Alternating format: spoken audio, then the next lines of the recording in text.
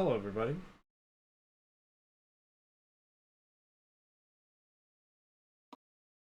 Hello. Good evening, Good one and evening. all. We finally did it. Welcome to a very late episode. It's book club podcast. Night Mother.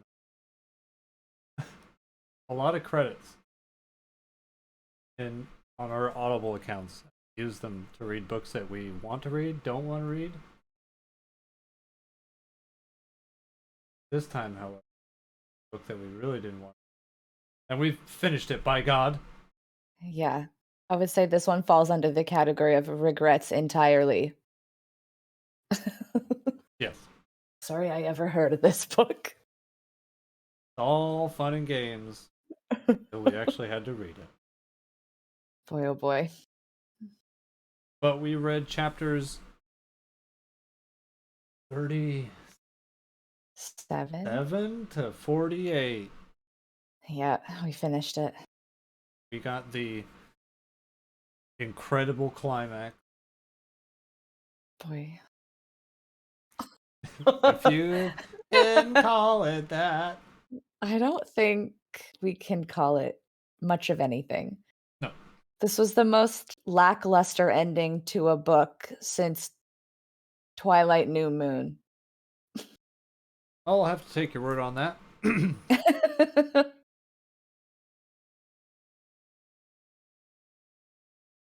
I felt like my notes were very sparse for Mine were these too. last chapters because at points I was just like walking around. I had to like pace and like cackle so I wouldn't be viscerally upset.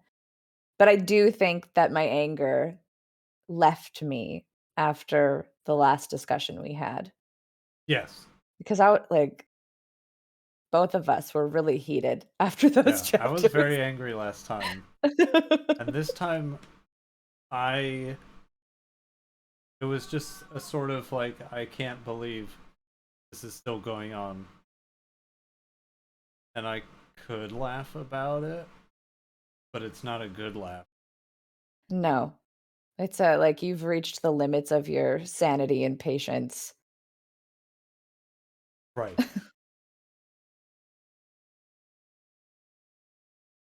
So, suppose we should start with chapter 37. Where Amelia, who was told to stay in the house, has Right. decided to get dressed up looking like a real hot bitch, or so we think, because She we don't know thinks. what she looks like. Yeah. Um, and like go out into the night. I Right, to think do something. Because my to notes are sparse and she non-descriptive of what happened. she keeps getting this idea in her head that like she's like, I should go to the monastery. And every time she considers this, it's like she's never thought of it before. But I feel like Right. she's constantly cycling between the monastery, her parents' house, and the restaurant and the market. Those are like the four places in the entire city. Right.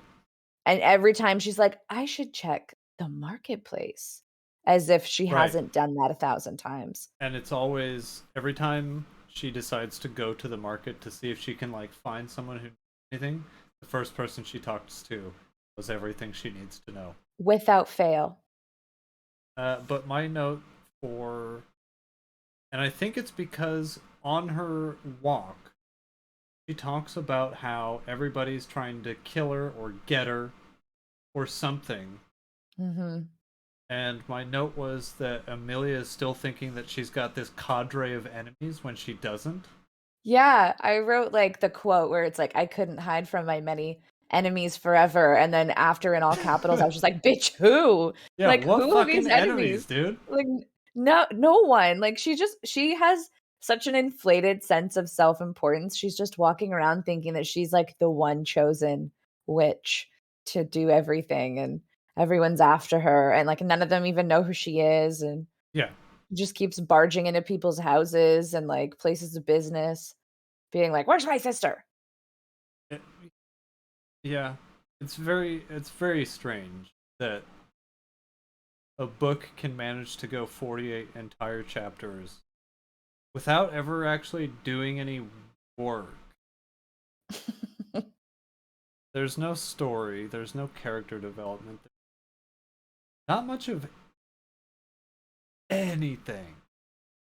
No, just like haphazard stumblings, Yeah, if always to that. the right place.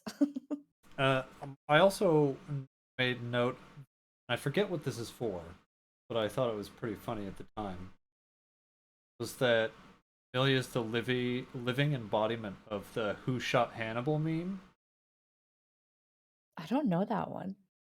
It's Eric Andre, Oh, and okay. he shoots Hannibal like 30 times, and then he looks Right. at the camera and goes, "Who shot Hannibal?" Right. And Yeah. constantly she like creates this horrible mess or is a huge bitch to everyone, and then she's like, "Why is everyone so mean?"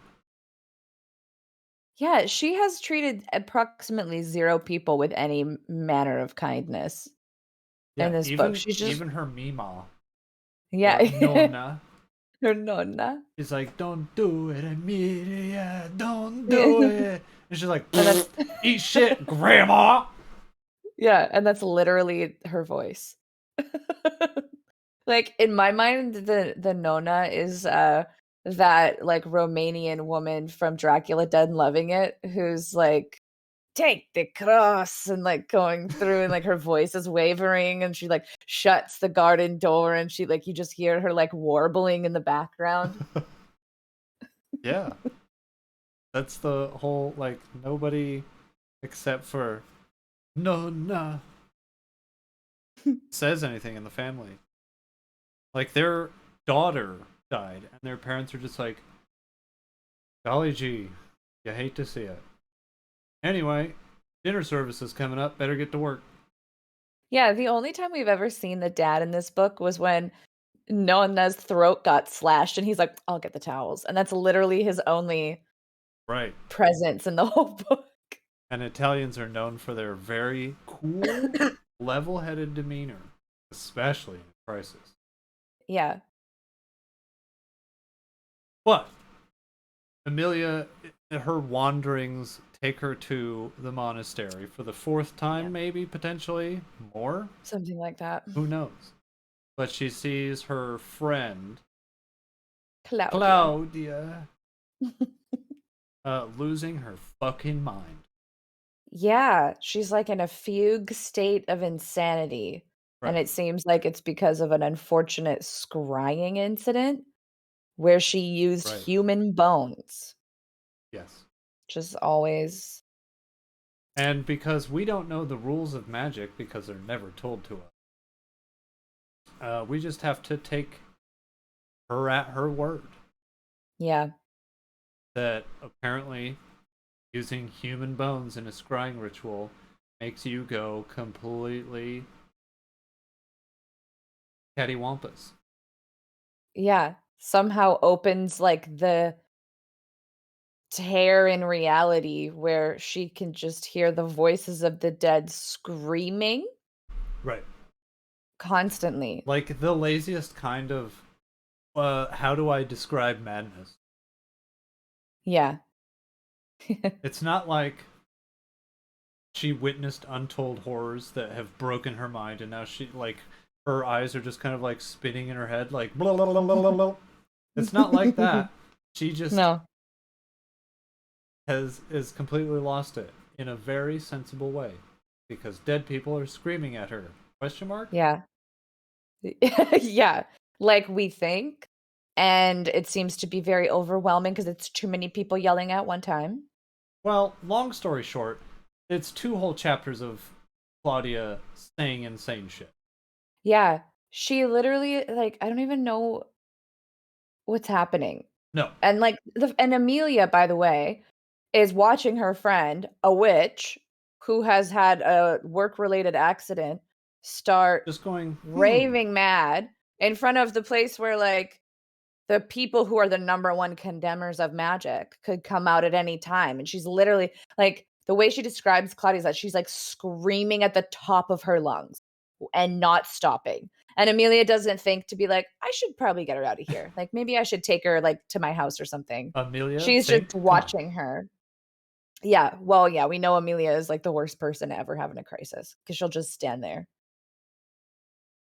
But it's literally just 2 chapters entirely of Claudia saying gobbledygook.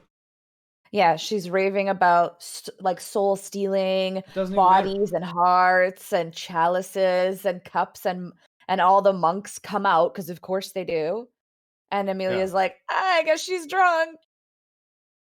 Right. The monks come out because there's a woman raving outside, and any sensible person would be like, "What in the fuck is that racket?" Hmm. So they come outside, and everybody's like, "Oh my god, what's happening? What is wrong with this person?" And then one priest in particular is like, "Is that magical nonsense I see? Let me get my christened murder." Yeah, let me get my exorcism kit.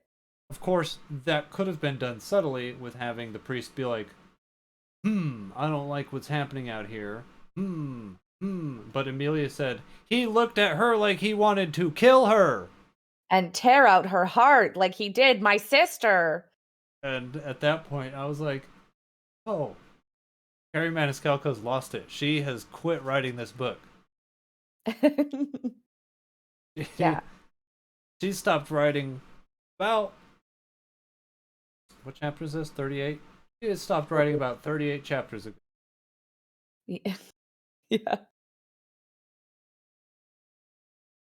I, Yeah. I throughout all of these chapters, I kept wondering, like, what was the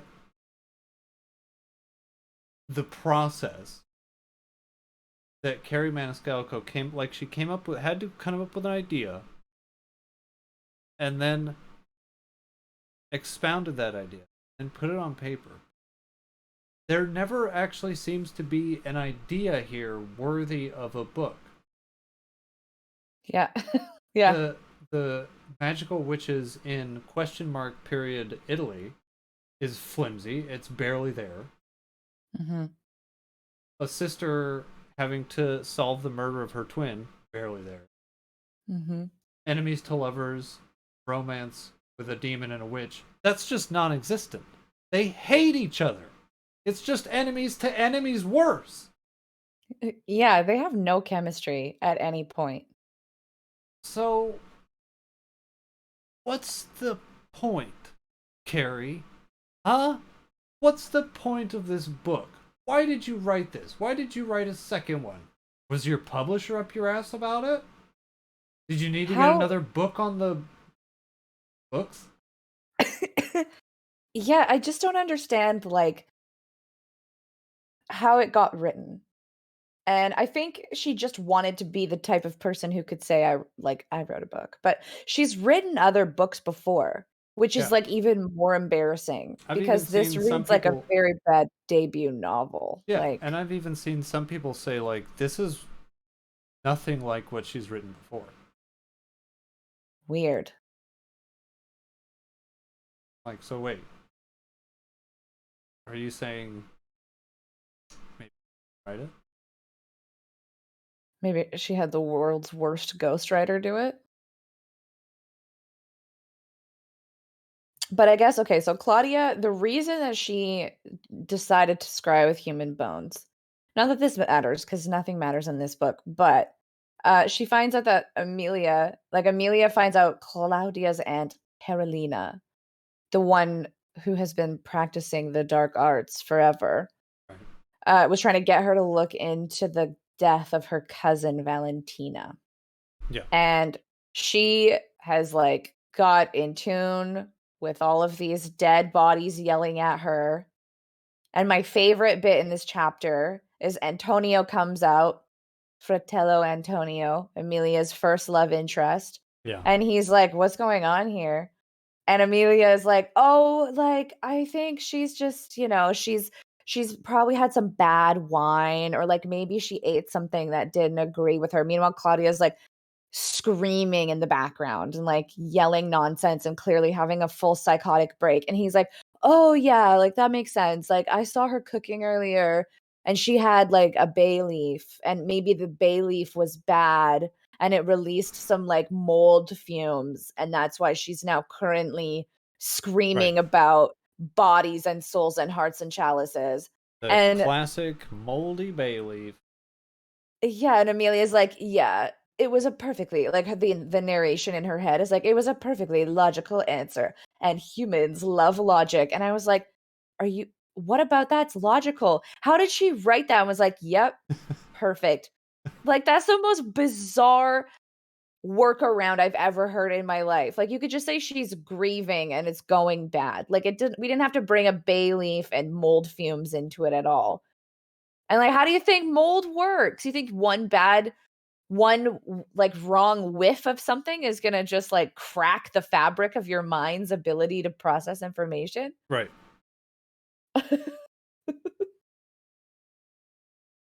It's so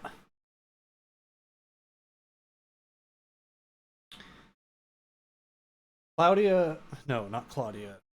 Amelia tells phony, like, such transparent lies. It's embarrassing that okay. Let me put it to you this way, right? In real life, it's tricky to tell a convincing lie because you don't know, like, you don't have an intimate knowledge of what the other person knows is the truth or not. So you can't really, unless you do, but the there is a level of uncertainty to lying. But when you're writing a book, you're in full control of every person within it. Mhm. And yet, Harry Maniscalco decided to have her character tell an unconvincing lie and then not get caught for it. Yeah, never have it brought up again ever. Everyone's just like, Okay, "Seems legit." Yeah, I believe you. it's mind boggling at how not only did Carrie Maniscalco decide that that was the lie she was going to use and have it work, but also that she, like, maybe it's just a case of Carrie doesn't know anything about humans. Yeah. Like, she has never seen one in real life and doesn't know how they operate except for the fan fiction she reads off of whatever the fuck website she gets them from. She's a Wattpad reader for sure. That's the most depraved fan fiction website. All the worst, most toxic shit happens over on Wattpad. Gross. But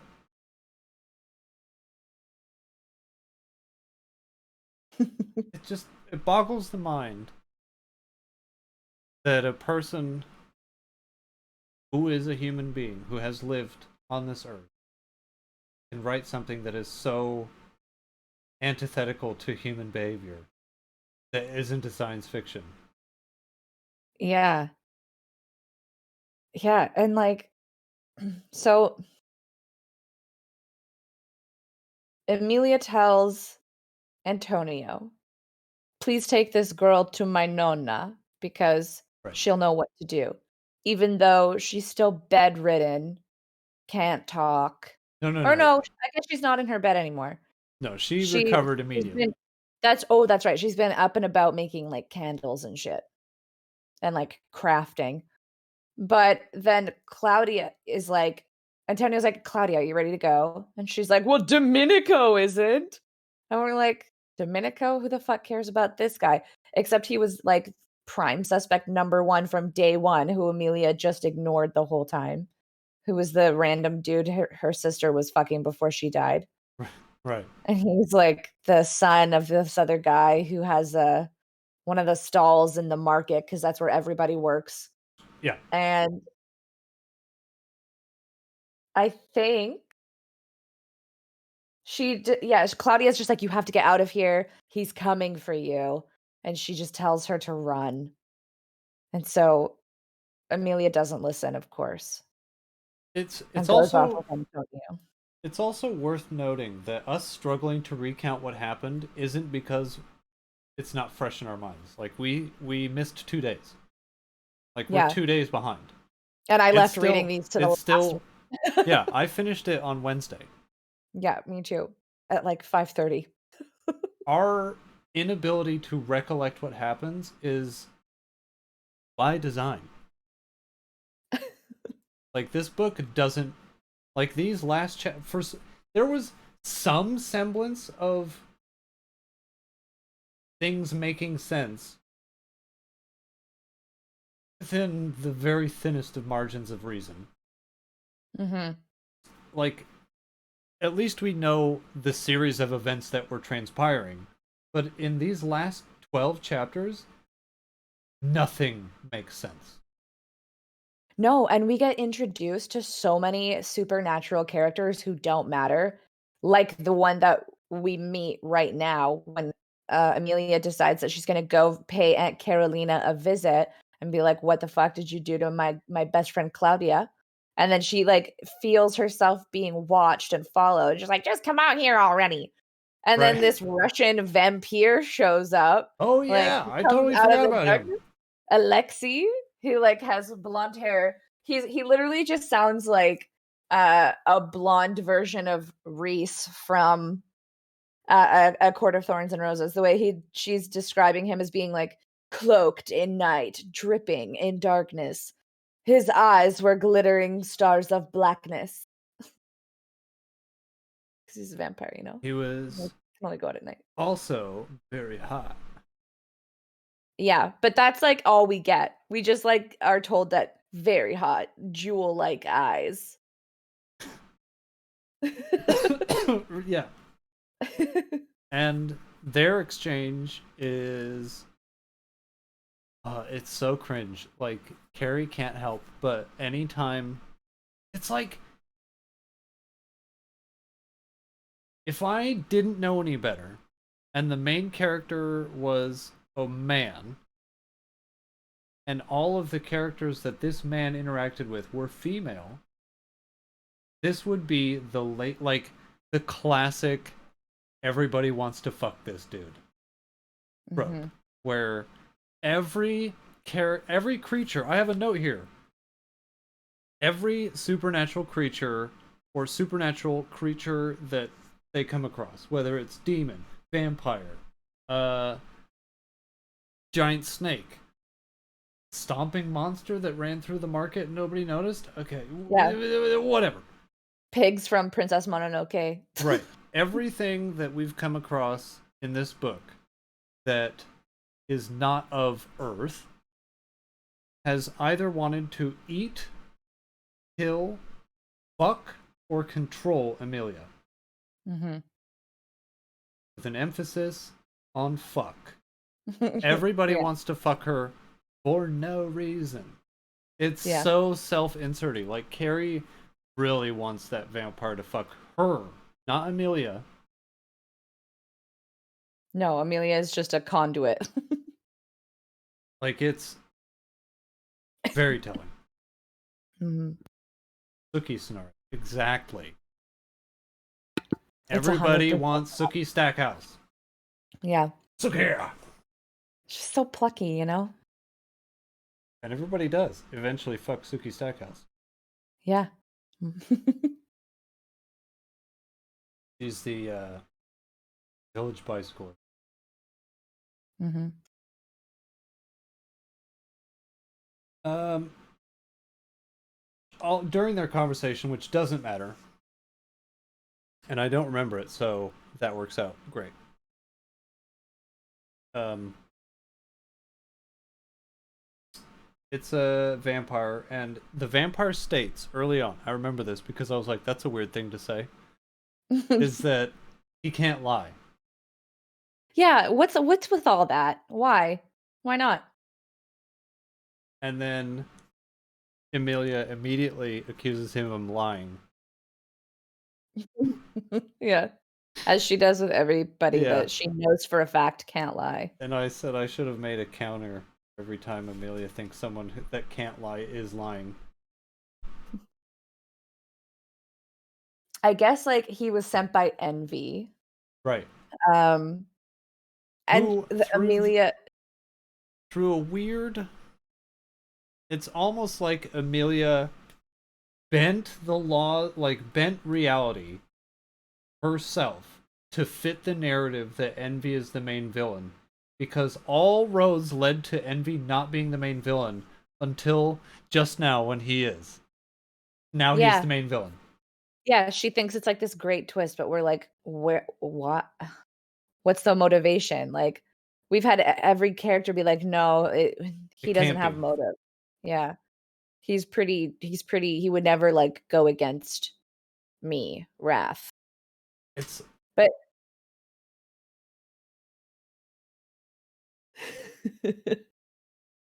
she's, like, shocked to find out that Envy knows where her family's restaurant is.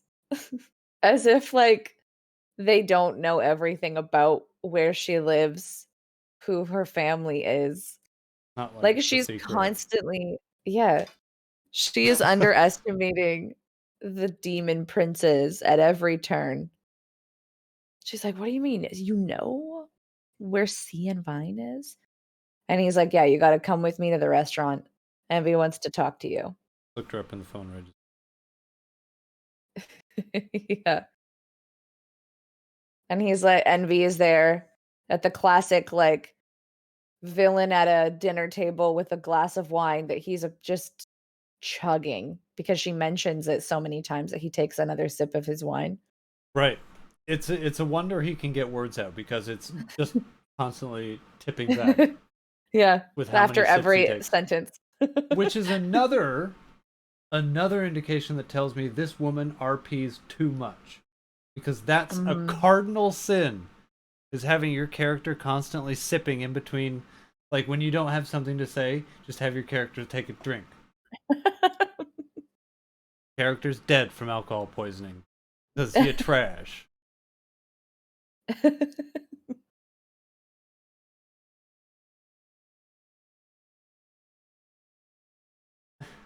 I wish there was a better way for me to just convey how bad this book is. I mean, we've done a month's worth of episodes on it. But you Yeah. guys don't understand. The words used are just so bafflingly cringe and, like, basic. Like, they read like my live journal in 2004 when I was having a really hard time. Seems Like, really juvenile. yeah. So, okay, we're in chapter 39 now. Yeah. And Envy is like, "You'll join me for dinner. That's not a request. I have your family and friends hostage." And then Amelia, thinking to Yeah. herself, is like, "Turns out greed wasn't behind it after all." And by the way, we never see him again. Um, Right. he has We spent the entire book we saw him fucking once. He was suspect number 1. We never yeah. saw him again, but continued to be suspect number 1. And then just now, as the book is fucking ending, they're like, "Oh, by the way, it wasn't him." And I was like, "Fucking could have told you that. Nobody else was here doing anything. We haven't seen No. him fucking since." Yeah. He was like, he's a business owner, you know? He's just out there running his gambling den. But then, he's talking about Wrath and, like, how Wrath is gonna betray Amelia. He's like, "Yeah, my brother loves a good challenge. It's the war in him." Get it? Because he's the demon of war. In case I haven't told you that 15 times. Never saw it Wrath. though. Only told to us. No. Yeah, the worst thing Wrath has done is, like, kinda choked a guy out a little bit. Yeah, he pushed him against a wall. You know, that great war tactic? Yeah, and he made someone, like, pee his pants from being scared. Another great military mind. Making the enemy piss their pants. Yeah. Shame them out of the attack. But Envy's like, "Wrath will give you up soon. Don't even think for a second. He cares about you, you little bitch." And Amelia is like, "Oh, you're probably right," and, like, just takes everything he says to her at face value, Yeah. questions none of it, and this is where she starts, like, trying to bargain with him, be like, "I'll only sit down to dinner with you if you promise to leave town and also release my family and also never hunt down other witches," and he's like, You are "I in don't think you no have any bargaining power." you're in no position to be negotiating. And then she says, "Oh yeah, well what if I do?" And then he goes, "Okay." So it works. Yeah, yeah, Whatever she's effective. trying to negotiate for is successful. She gets whatever she wants, and Yeah. whatever she has to give to Envy is The cornicellos. She right. need he needs both cornicellos. He needs them in one fiscal day, or he'll maim his word. Every person you've ever loved. Also, you can't tell anybody about this. And then he's like, haha, ask Wrath about the final soul he has to collect, the one that will grant him freedom from the underworld. And she's like, I bet he's been plotting against me this whole time. And she's, like, maybe finally starting to realize a little bit that she's been a bit of a pawn this whole time and that she actually hasn't been in control, but she But never really that has that quickly moment. that is a very brief thought. Yeah, she brushes it away immediately. She's like, "No, no, no, I'm No, too no, no. important for I that." am the center of this universe. I can't be a pawn in some larger game that's much bigger than myself and my whole family. That Yeah, I no, only no. just started to learn about, that my Mhm. sister has more knowledge about than I do. No, I'm the most important piece. I'm the king on Yeah. this. And I guess this is when she comes back to the abandoned palace, and Wrath is waiting for her and, like, comes out of the dark. His face is half hidden with hair, and, like, his hair's so rumpled, Mm, and she's like, "Ooh, I wanna run my hands through it." right. And this is where I wrote my note that says, when faced with the possibility that Wrath is on a self-serving agenda, Amelia immediately molests him. Yeah. Like, she goes right up to him, starts fondling him, touching him, ripping his clothes open, get him in there.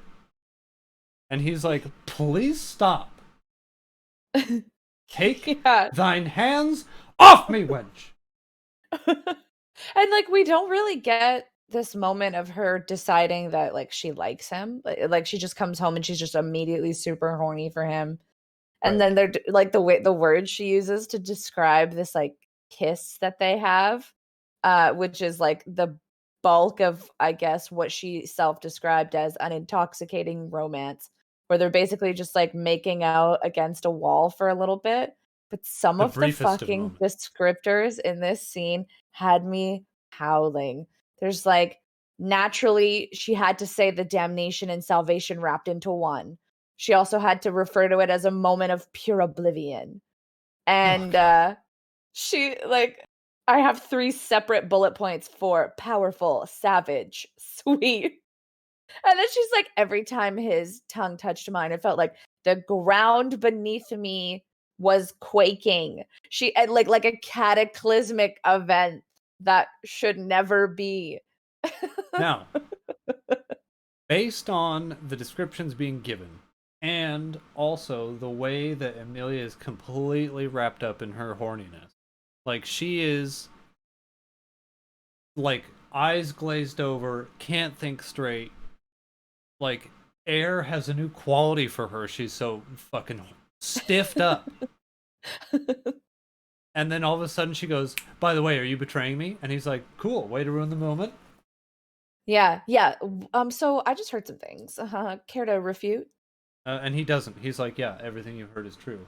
Also, I no, it's not necessarily everything you've heard is true. He essentially says, you are really going to take that fucking asshole's word over mine? I tell you what, everything he told you is gonna be true, because I'm finna make it true. And, like, she doesn't even give him a chance to say any of that. She hurls accusations at him, and then he says, like he tries to say something, and then she's like, "I don't have time for this," and leaves and doesn't even, like, let the conversation play out. But, okay, there's this random the fucking bath that happened right before we started the series of chapters, like the one thing that happened at the end of chapter 36 where Wrath like makes this really nice bath for her, like they bring it up like a weird amount of times later. Like when Yeah. he put all the little like orange blossoms, and they keep referring to it as like the elemental bath, as if it's like this huge gesture that happened and it was so like restorative for her. She feels like so balanced again. And he's like, would someone who wants to betray you make that nice bath for you? And she's like, oh, good point, How actually. could you ever bring that up? That's the most intimate moment of my entire life. Also, of Carrie I think it Maniscalco's life. was. Also, one of my notes was, "Oh my God, someone who has done nothing but be upfront about his wants is upfront about his wants." Believe that? I How know. dare he? Shocking. So shocking. I also wrote, "Forgive me, God, for hearing these words during the almost sex scene because it was embarrassing." I've written better stuff when I was 10. He was awful. And then so he's like, okay, well, you shouldn't leave. Like, don't storm out of here, please. Like, this place is magically protected. I can't look after you when you're on your little tirades outside of here." Just like, what am I, your prisoner now? And he's like, no. Like, oh Yeah. my God. He's like, if you want to be, sure, I'll throw you in a dungeon. I don't give a fuck, dude. You're starting to piss me off now. Yeah, and then we get another moment of an over description of her changing into a different dress. She like starts rummaging through the wardrobe, just like he was so good at fixing, like filling this dresser with various things for me to wear. And she like gets this charcoal dress, and she's like, as Yeah. if he thought I would be like too full of shame to change in front of him or something like that. In her mind, Carrie Maniscalco's mind, Amelia putting on the dress that she puts on is Diana coming out in the revenge dress. Because that's the kind of Yeah. like, she was like, yes, this slut dress is perfect. I look like Yeah. $1,000,000. And it's just like, okay. It's just like gray linens. I And then she's like, also, I couldn't believe I had to choose my wardrobe based on whether or not I could easily flee from a demon. Like things are so different now. I'm so powerful and I need mobility. one of my notes is, I can't believe that the demon, believe that a demon prince is a bad guy. Can't believe it. I Yeah, also wrote, imagine. tossing her in the dungeon is definitely what. Hmm. Chapter 41. This is where shit gets real dumb. Also, I think I blacked out for most of it because Oh, there is an oh, action scene, if you oh can my call it that. God. Yeah, like what can we call it? Chanting happens. Does it? I don't remember. Nonna shows up. Okay, Oh okay. So yeah, the dumb. Oh boy, this book is so stupid. the layered audio of the spell. Okay, okay. So she decides she needs to find her cornicello. And she's like, Wrath, don't follow me. He's like, oh, okay. So she leaves, she goes back to Envy, and then Nona somehow magically sews his feet to the floor. Right. Everybody thinks that Nona can't talk because she had her throat slashed, but turns out she can. And they managed to like, Based on no information, they're like, she can't talk. Her throat has been cut. It's like, yeah. what has given you that Well, indication? she hasn't said anything for like a really long time, so she must not be able to talk anymore. And okay, so Amelia and Nona do this spell that they both somehow know the words to, even though Amelia is baffled at the level of magic that Nona is demonstrating. She somehow knows this chant. They Right. say it in unison. The book audio gets really extra. Like the narrator like layers her voice, and there's like all these like little wispy air sounds, and like we they managed to like banish Envy back to hell through a portal that Nona creates. We've never heard of portal magic before. Right. but it's like a very like Yennefer Vengerberg move where they just like shoot him through a portal back to hell. And then Nona is like chugging wine at this point too. She's like, "Get me the fucking Bordeaux. Like I can't handle Yeah. this." And she's like, it's like Nona took a deep pull of her wine, and she says it like 4 more times. Yeah, she's like But basically, this is where we find out about one, Amelia's demon hickey. She has like a little snake marker on her neck, which is meant to be like a sign of great honor from like the demon lords. Right. And Amelia's like, "Oh, yeah, that's probably from Wrath." And Nona's like, "Oh, great. Okay, awesome. Well, I'm going to tell you about this prophecy Right. about Yeah. twins, and about it was like this prophecy of like twin witches who would be born and given the horns of Hades the night of a storm, and they are meant to bring balance to the realms. And this is where they fucking really lean into the as above so below thing again, because Carrie Maniscalco Very heard it one thinly. time. Like they are walking that as above so below. It is razor thin, and she found a way to barely hang on. And I'm not even saying that she did. Like it is such, to say that it's a contrivance is giving that word too much credit. Yeah. This prophecy, which is pulled out of the magician's hat at the last second, which basically Yeah. just explains away everything.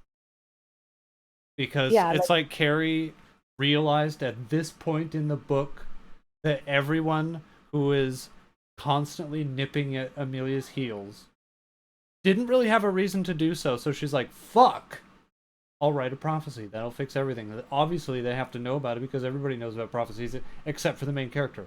They're the only one who can't know about it. Yeah, I read Harry Potter. I know about that. So I'm going to make my own prophecy. And it's like all about how these twins, one's going to rule in heaven, the other one's going to rule in hell. But there's all these different like, they're like, some people think it's this, and other people think one of them will die, and Doesn't other matter. people think, yeah. All that matters is that, well, nothing, but also the gates of hell are breaking. And like, Whatever that means. what really pissed me off about this fucking leaning and as above so below is that she doesn't even know what it means from like a magical practitioner standpoint at all. Like it's meant to be like the universe and the mundane are the same, and they're like meant to be harmonious, but she's like above, okay, so like earth, and Literally, below yeah. hell. As above, so below. In the magical Here and context, also there. is that when it comes to magic, the scales must be balanced always. As above, so below. Everything has its equal and opposite reaction. But Yeah, but she's like, well, she what was that she like? saw that one horror movie. I forget what it's called, but it's about a group of spelunkers who go deep diving in catacombs of Paris.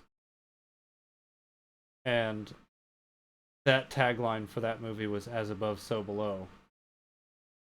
I've never seen that. It's fucking dumb. I kind of want to see it. Like, yeah, of course. It's the premise is so phony. Like, you know, with the Descent, like they go way down in the caves and then they find creepy mutants, and it's like, okay, yeah, sure. Who knows what the fuck is down there? But it's Mhm. like people are in the catacombs of Paris all the time. I don't think I've monsters been are in there. I've been in the catacombs. Like there's just a No lot of monsters? bones. No. Like it's Hmm. like tours go through there all the time.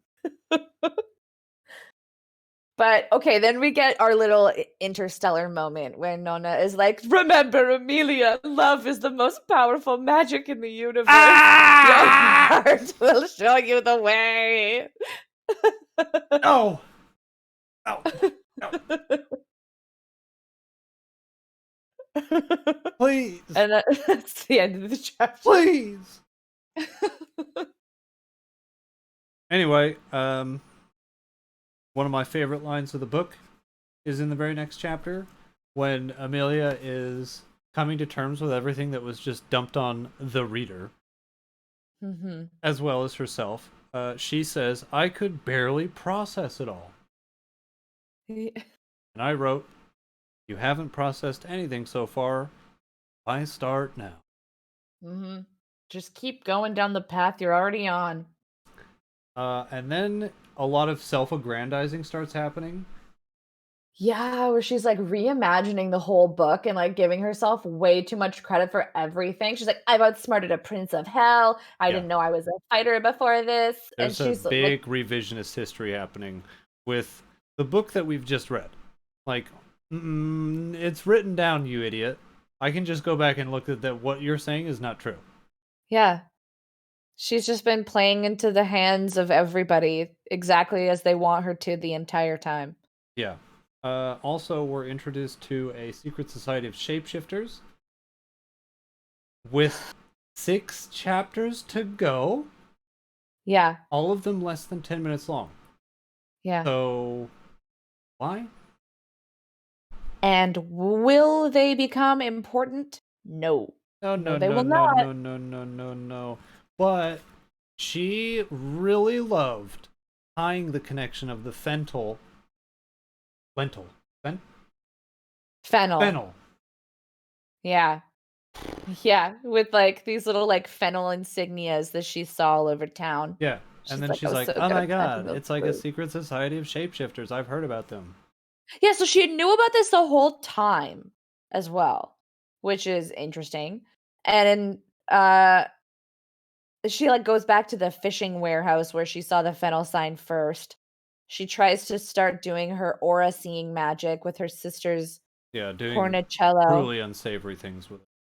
Yeah, and then she, like, The way starts it's hearing described, magic. the way it's described, she like, in Witcher, when Geralt's near anything weird or spooky, his thing starts shaking. Mhm. I think she was kind of going for that, but it really just sounded like Amelia was going 2 knuckles deep in that Cornicello. cornicello. Like, it was Yeah, it's almost lewd. vulgar.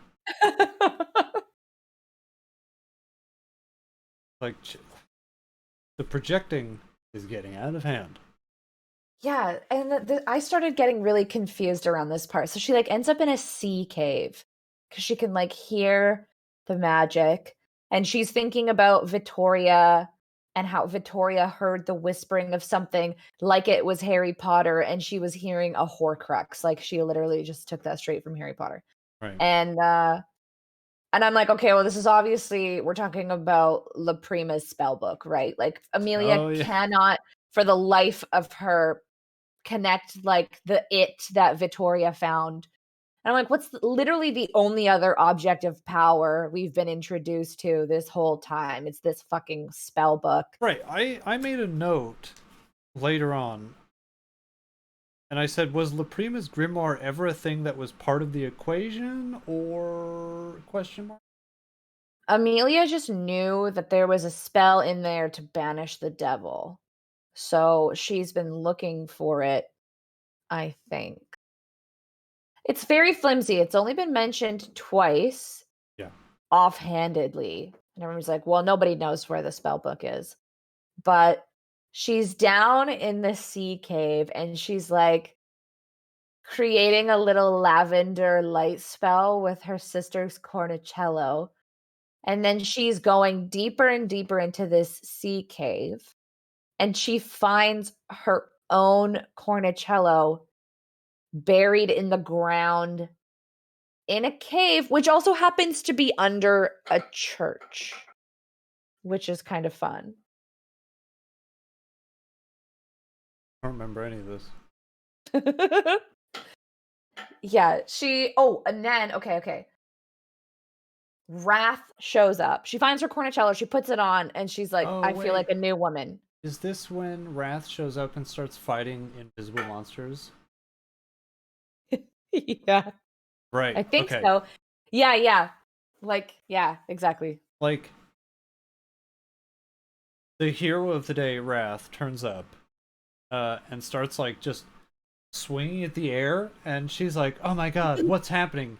And like, okay, if you see someone turn up with like swords or knives in both hands, just start like flailing. Like Do Star Wars kid. is your immediate thought invisible monsters? He must be protecting me. No, I think this man has fucking lost it. But because this book does whatever the fuck Amelia says, he's fighting invisible monsters. Yeah. It's just like in the story of the Bell Witch when the strongest man in town came into the house to fight the ghost. Yeah. And he's just And it punching the kind of air. worked. Yeah. But this is when we get the quote of the book. Mm-hmm. This is it. This is the one that they should have put on the back, inside the slipcover. Yeah. She says, Amelia says, I was too stunned to do anything smart. Yeah. Peak Boy, Amelia. boy, oh boy. That is a mantra for her if I've ever heard one. Mm-hmm. Hasn't done anything smart the whole book. So she must have been stunning the whole Yeah. Exactly. And like he's okay, Wrath's like, Amelia, like, let me teleport us out of here. And she's like "Oh, okay, I guess." But then also was like, "No." Also, it's He worth noting that while Wrath is fighting these invisible monsters, Amelia gets upset slightly. And it's literally because the monsters aren't trying to kill her. Like, she gets Yeah. upset because the monsters aren't paying her any mind. They're paying attention to the man who's trying to cut them to pieces. And she's like, "Ah, What about me? I'm like a fighter now, like look at my bodice." yeah, yeah, I've dressed for this. I can run in this dress. But Uh, then Envy shows up with yeah, his he's eyes glittering like emeralds. right. And he's like, haha, your fucking banishing trick only worked for like 3 seconds because I'm stronger than all of you. Yeah. And she's like, how could this be? And he's like, did you not hear what I just said? I'm a prince of hell. What you did was basically push me into the next room. I can just walk back in. Yeah. And he cuts Wrath right open. Yeah, Just, he guts him just like, just straight up. Yeah. Opens him up. yeah. And His all of intestines fall Wrath's out. guts start falling out. And this is a paraphrase. This isn't what Amelia actually said in the book, but it is absolutely what she said. Because she says, seeing my dead twin was bad, but seeing my demon boyfriend die is way worse. Yeah. She reacted so much more strongly, viscerally to the death of Wrath than she ever did about Vittoria. She's also puking while this is happening, Oh, by the yeah. way. But I think, like, literally the quote in the book is, seeing my dead sister was one thing, comma, but, and I was like, really? Yeah, there's a but in that sentence? Okay. But don't worry, I don't like him. He's fucking trash. Also, he betrayed me that I said so. And again, with Amelia just like reshaping reality to suit her narrative, she assumed Wrath was betraying her, so he's like, I am. Yeah. And Envy is like, now that you see what I do to people who disagree with me, like you should just give me the cornicello. And then Amelia decides to pull like a power move and she like brings them together and then delivers like this staggeringly powerful line of basically it's like get out of here before I make you. And Oh, he's I like, forgot "Whoa, about that. whoa, okay, Amelia." So pathetic. Carrie Maniscalco wouldn't know a tough guy line if it sat on her head. I know. And then, okay, so Wrath's body vanishes as he goes to Right. back to hell or whatever. He's got to And respawn. then yeah, yeah, yeah. Amelia goes back to like the castle, and she like just starts pouring herself some prosecco and like having a little snack. And she's like Yeah. regrouping with like champagne. It's Yeah. so weird. And she also like itemizes all of the people that can't help her now. Right. And I wrote Amelia upon the realization that she had no one left to do everything for her, quits. Mhm. Like she is ready to throw in the towel because everybody that she loves is down for the count. And I'm like, no, no, no, no, no. Mhm. Let's not pretend that love and appreciation has anything to do with this. They did everything for you. Yeah. Nothing you've done, like this plot has been handed to you by the author. You've Mhm. had to do nothing. And then immediately in chapter 44, that was my last note of chapter 43. And then immediately in the next chapter, Carrie Maniscalco does something that Amelia doesn't have to do, and it works out just fine. Like another element of the Yeah. plot is just handed to her. Right, when she has no gold. Yes.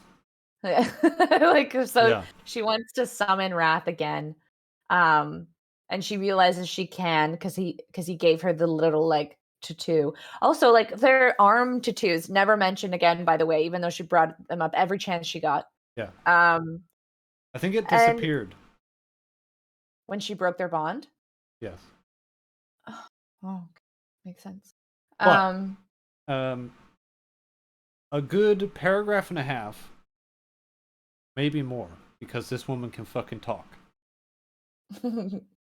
is spent talking about a ritual that she can do that she didn't know before but now does uh, to bring Wrath back. She just needs gold. And she's like, well, fuck, I don't have no gold. And then she goes, mhm. aha, wait a minute. Because it's like a newscaster getting a special bulletin in their earpiece. The her producer was on the line and told her that. Oh, don't worry, don't worry. There's a gold ring that Wrath left for you conveniently in a drawer that you didn't know about until just now. Anyway, there you go. Yeah, great. But Love long that. story short, that ritual doesn't work. No, but we do get a really lovely moment of resignation when she the author, the audiobook performer really got into it. Like she's blowing out the candles that she God. used to summon And the and she's audiobook like performer decided to audibly.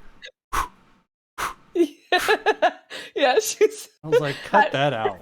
after every few words of just her blowing out candles and like in my mind there was more of the ominous mood music came back, but I don't think it was. It was No. just I was crying laughing listening to her just go Yeah.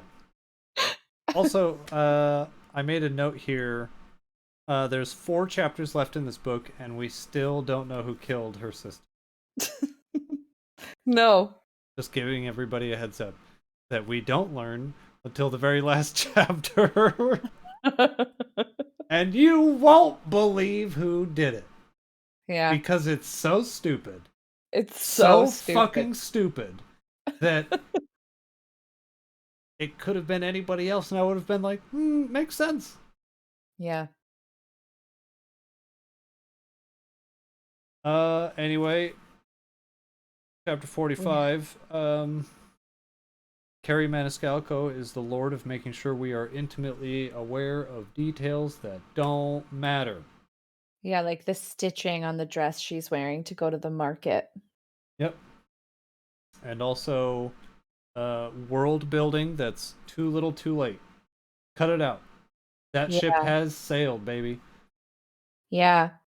She goes to the market, she finds Domenico Sr., and she's like, oh my God. She goes up to him in the middle of his business day, and she's like, you're a shapeshifter, aren't you? And he's like, Jesus, like, Yeah. come around the corner, please. Like, no one's coming up and yelling at you about how you're a witch in public. Like, you would think she would understand, like, that we need to be secret about our real identities. And he's like, actually, we like to be called werewolves. But there's another word they use for it, like fire wolves or something. Ember wolves. They're called ember wolves. I wish you would Because, you never know, have like, said that to me. because you because like werewolves, you know, like because they're like they run pretty hot, right? Like their temperatures are always really high, probably. I read Twilight, so I'm just assuming that all werewolves are like that. So what's a cool way to make it sound like their temperature is high? Call them ember wolves. Hey, did you see in there that there's a goddess of missed opportunities? Yeah. Anything to stop talking about the fucking werewolves, please. Well, okay, but the lore she gives the werewolves is so fucking dumb too, because it's like we are so Domenico Senior, a man we've never spoken to before. He's like, yeah, I'm from the secret order of ancient shapeshifters. We are werewolves. We have not shifted in many, many If I decades. recall correctly, he said, yeah, we can shapeshift into anything, but we like wolves. Yeah, and now we call ourselves werewolves. Like, all right, Okay. cool. I guess just stick with what you like then. No need to branch out. Yeah, please. Keep that to yourself. Yeah. And then, okay, so we find out Domenico Jr.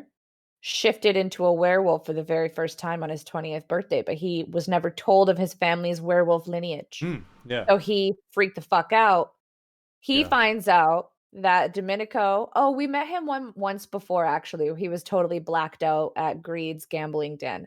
And he thought that Emilia was Vittoria because this is where we find out Vittoria used to serve drinks at Greed's bar, blah blah blah, who cares. But Yeah, none of that um mattered. I guess he sold, like, he made a deal with the devil. I don't remember what the deal was. To get rid of his debt. Was that it? Yeah.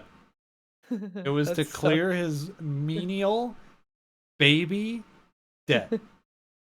Nothing worth a deal with the devil. Nothing worth his soul.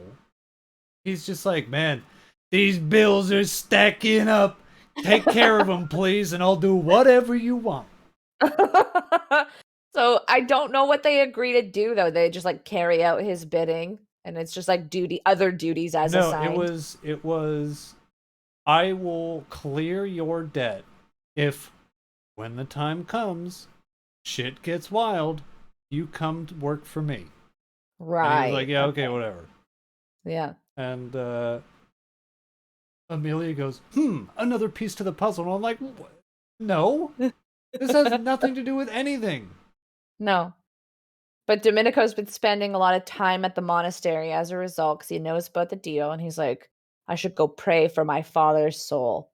Right. And she's like, I should go back to the monastery, a place I've gone every day for the last month and have found nothing. Yeah. And she decides, instead of going in the front door this time, she goes in through one of the many doors elsewhere. Yeah. It seems like she can just get in from any direction because this place is all doors. But I actually must have blacked out for chapter 46 because my only note is that Amelia takes the fight to the church because she decides that the head priest is the bad guy. She's like, Brother he's Carmine. Yeah. he's the witch hunter, I know it. And I'm like, it must not have been the murderous gaze that tipped you off earlier. But Yeah. she's like, I'm gonna go give those fucking priests what for in the church. And then she like barrels in, goes into the church, and then as soon as she's in there, she's like, I don't think this was a good idea. Yeah, she sees Brother Carmine's giving some kind of like little speech, yelling about God and like Yeah. whatever. How God is And going to suck your sin out of your asshole and all that kind of like crazy, crazy Catholic stuff. Yeah. And she she spends the whole chapter in some tunnel system underneath the church. Again, like there's all of these fucking labyrinthine corridors under the church, and she's just like going on a path she's never been on before. And And then desperately she trying can, to talk herself out of doing it. yeah. And then she's like, something magical is close. I can feel it. And then she's like, I should have known better. And then that's literally the end of the chapter. She's just wandering around doing nothing. But she crosses, and like the beginning of chapter 47 is her crossing some kind of magical threshold, and she's like in a little chamber that the walls are covered in Latin, and she finds La Prima's spell book because obviously The most she important thing does. that we've just learned. Yeah. And then she finds a spell someone made for summoning the devil, and as she's like investigating this book, a man emerges from Yeah. the shadows. In a classic, aha! I've caught you, witch. Who is Mhm. it? None other than Brother Antonio. Her childhood crush. Her childhood crush is like, Yaha! I knew it was you this whole time. You're busted. I laid that out as a trap. I knew it would draw you. Yeah, and then she's like, "Antonio, what the fuck? Why?" And And then we get the most, like, villain waxing poetic about his backstory and motivations this book has had today. And we already did it with Envy. Back at the dinner table, Mhm, he was like, "But first let me tell you my plan and why it's going to succeed." mhm. And now Brother Antonio is doing the exact same thing. He's like, "Well, it all started when a witch uh cut me off in line at the bank, and I was mad." Yeah, like, what did a witch even do? Did he fall in love with a witch? Was that it? And then she killed his mom or something like that? No, it was something very menial. But Oh. it's like the kind of thing that, like, okay, I can understand how you wouldn't like them very much, but murder? Yeah, he just made a pact one day where he was like, "I hate witches forever, and I'll kill the next one I see." And then he gets visited by an angel. Wait, but wait. Let's talk about how she's like, "Hey, this is crazy. All witches aren't that bad." And he's like, "Oh yeah? Look me in the eye and tell me that you've never used magic without my knowledge on me to control me." And she's like, Mhm. "I haven't. Except for that one time, but it's not that big of a deal. Listen, okay, hold on. I understand that you might be upset, but it wasn't that big of a deal." And then Antonio goes, "Okay, anyway, because Amelia's warping reality around what she wants." Yeah, she cast that "Do you like Mia slash no" spell on him when they were kids, and he was like, "Yeah." And He's like, then, "You made me fall in love with you." She's like, "Oh my god, Antonio, no, I didn't." even though she kind of did, Yeah. but then she says, "No, I didn't," and he goes, "Oh, okay. Glad we Yeah, settled we don't that. talk I about think that again. we can be friends again." But then, okay, Amelia does some little, like, dark magiques on him where she does, like, an arm cutting spell, and then he gets so scared he pees his pants. Oh yeah, she like unleashes this power. I think because just being around La Prima's grimoire Yeah. is like absorbing magical spells, which is, hey, Carrie, that's garbage. That's horseshit, and you know it. But she's like, ooh, that one that just came into my brain is good. I'll use that. And she Mhm. goes, like, my note here is Amelia gets one taste of power and becomes a psychopath. Like, she starts ripping Antonio to shreds. And then Yeah. she's like, this has been coming forever. And my next note after she has like Antonio's completely covered in blood. He's sliced, diced, and missing several pounds of skin. Mm-hmm. And then there's no moment where Amelia's like, "Oh my god, I took that too far." She's just like, "Yes, yes." And I was like, "Who hurt you, Carrie?" Yeah, and Because this was like it anyone? this is like some ex-boyfriend projection I'm seeing. You want this dude fucking like whoever this guy is?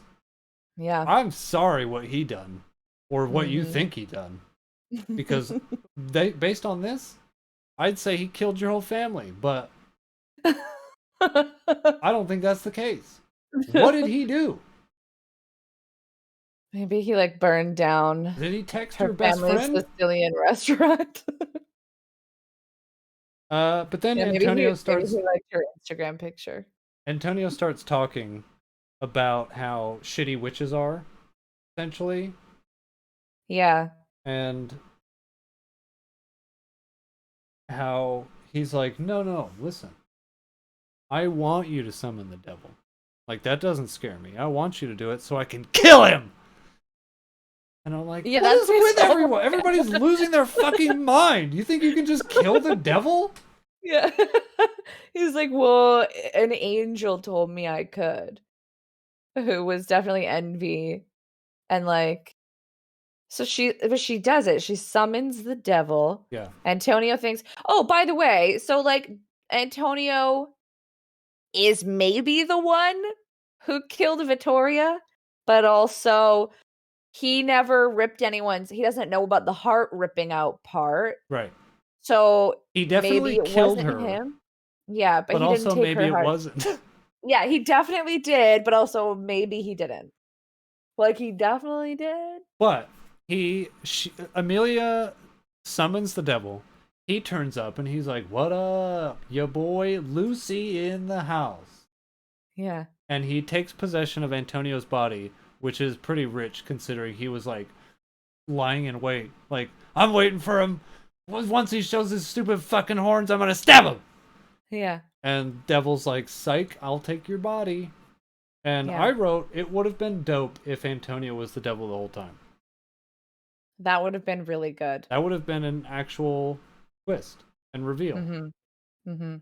But Carrie ain't about that life. No. That's too complicated. But basically, when the devil shows up, Amelia's like, "I want to be your wife," and Immediately, with he's no like, thought. "All right, so let's get that taken care of. I need you to sign here, here, here, and then in blood here. Thank you." And she does it immediately. With no thinking. And then Carrie drops the line that she thought was the hottest shit she's ever written. Mhm. She thought this was like when people like her fire mixtape. She's like, "Wait till people get a load of me." Mhm. The devil says to Amelia, "All hail the new consort." Yeah. So good. Fucking absolute fire line, Carrie. Carrie, it wasn't. But yeah, like she follows I pictured the contract signing like in The Little Mermaid. Like the way it was described was so dumb. Like it was just like Ursula being like, "Woo, here's this golden scroll hovering in the air with a raven quill that will suck out the blood of your arm as you write it and like Yeah. And that witness would to have been cool, but it wasn't described. Yeah, that's true. Essentially, then Wrath turns up and he's like, "I'll be taking that soul, by the way." Gotcha! Your soul was the last one I need to take, bitch. It was Yeah. all a ploy to get you. Uh-huh. And I was like, this doesn't track. No. Uh, because it's played in both, it was my ploy all along, and also this is the way the cookie crumbles, and I'm doing it against my will. Like, it was Yeah. both those things simultaneously, which it can't be, Carrie. Carrie, it can't be both of them. Mm-hmm. Pick one. And then Wrath, the devil, and Amelia all get taken to hell, where they're going to begin Yep. their new life together as king and queen. Yeah, and she's like, I want Antonio as my prisoner to do whatever I want to. And Wrath is Right. like, hell yeah. And then one of the last lines is, in my new position as Hell Queen, I will help uncover who really did those murders." And I was like, "What? Hold up! There's like 5 lines left in this book. What the fuck do you mean?" Um, and really, the moral of the story, of the whole story, is that all of the men in Carrie Maniscalco's life have scorned her, betrayed her, and maligned her in some way. Mm-hmm. She hates those men. And they're in this book. All of them. One of them's envy, one of them's greed. Her dad's probably greed, let's be honest.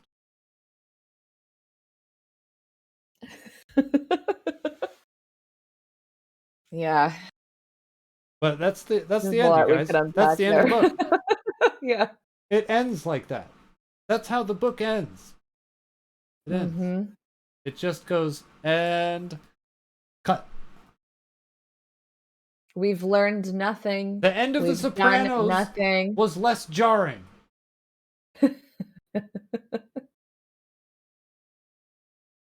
Yeah. It was a very anticlimactic ending, but what I loved in the end credits was that the audiobook performer, to read the credits of the book, she used the same voice she did when she was reading the excerpts from their family grimoire. Like, she just, like, did her, like, low, husky, vaguely Italian man voice, Yeah. and I found that very funny. I skipped the end credits. Glad all those people got paid, but what cost? Mhm. But that's it, you guys. We've done it. We finished the book. So that's done. Yeah. It also means that this podcast is done for tonight. Mhm. But 2 weeks. Me, Night Mother, and Cold Diggity will be right here talking about The Three Body Problem by somebody. I don't know the author. I'm sorry.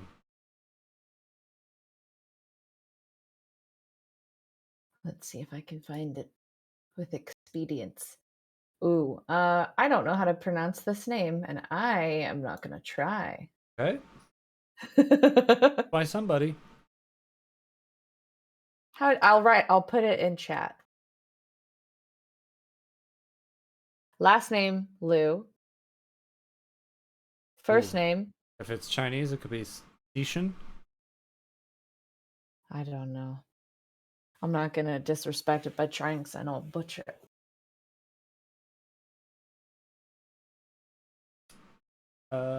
Yeah, we'll be here with Colt Diggity next time talking about that book. Mm-hmm. And after that, talking about a different book with Mincy, Mm-hmm. which should be very fun. But Yeah. that's it, you guys. We're done. See you in 2 weeks.